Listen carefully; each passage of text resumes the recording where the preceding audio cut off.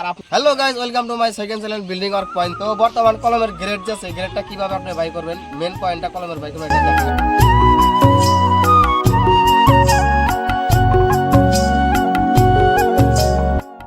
এই যে একটা রিং, এই রিংটা আমরা একদম সেম মাপে আর কি এই রিংটা বসাইছি। রিংটা বসানোর উদ্দেশ্য হয়েছে আমরা কলমটা যে জায়গায় আনবো আমাদের আর কোনো মেজার দিতে লাগবে না।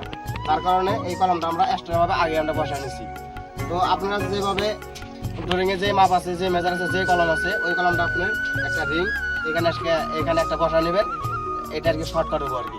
আর কলমটা যদি ভারী কলম হয়, যদি 25-এর থাকে, 25-এর ডায়া থাকে বা 32-এর বা 20 mm যদি ডায়া থাকে, বহুতগুলো যদি রড থাকে, তাহলে আপনার কলমটা একটা একটা করে ভার্টিক্যাল এখানে খাড়া করবেন।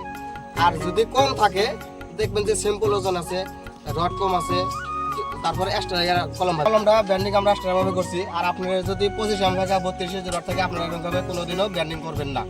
যদি 20 mm থাকে বা 16 mm থাকে, রড কম থাকে, তাহলে আপনারা এক্সট্রা এগুলো ব্যান্ডিং করে নেবেন। আর ব্যান্ডিং করার লগে লগে এই রশি কিন্তু আগে বাঁধ দেওয়া লাগবো, কারণ রশির কথা মন থাকবে না লাস্টে।